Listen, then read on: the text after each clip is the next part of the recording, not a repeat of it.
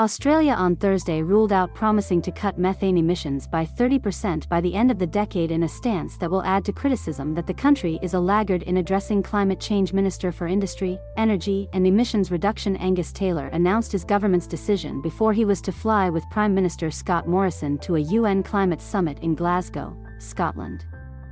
The United States and the European Union pledged in September to the 30% methane reduction target.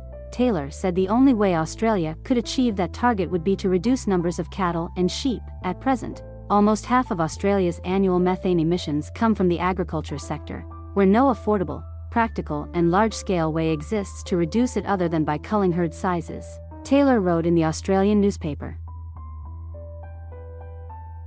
What activists in Australia and elsewhere want is an end to the beef industry. He added, Australia is one of the world's largest exporters of coal and liquefied natural gas.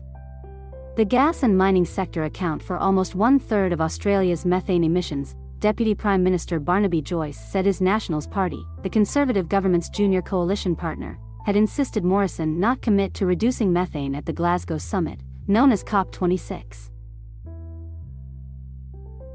Inaction on methane was one of the conditions the rural-based Nationals had placed on support for Morrison's Liberal Party's target of net zero emissions by 2050. The only way you can get your 30% by 2030 reduction in methane on 2020 levels would be to go and grab a rifle, go out and start shooting your cattle, because it's just not possible, Joyce said.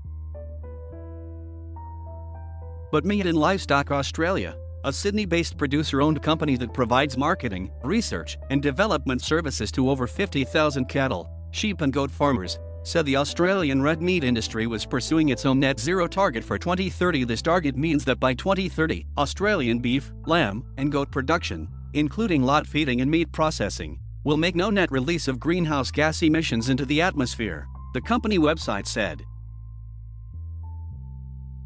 Morrison's net zero deal with the Nationals means he cannot budge from Australia's 6-year-old target of reducing emissions by 26% to 28% below 2005 levels by 2030. Scientists agree Australia's 2030 targets are among the weakest in the developed world. The United States has committed to reductions of between 50% and 52% below 2005 levels. Britain has pledged to cut emissions by 68% below 1990 levels.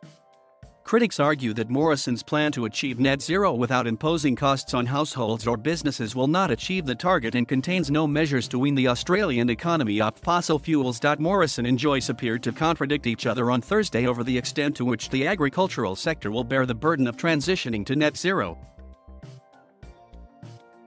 When Joyce was asked if he was certain that agriculture had been excluded from the net zero plan, he told reporters, "Absolutely, 100%. Morrison backed Taylor, who earlier this week said the government's policy was to reduce emissions across the entire Australian economy. "I have no misunderstanding.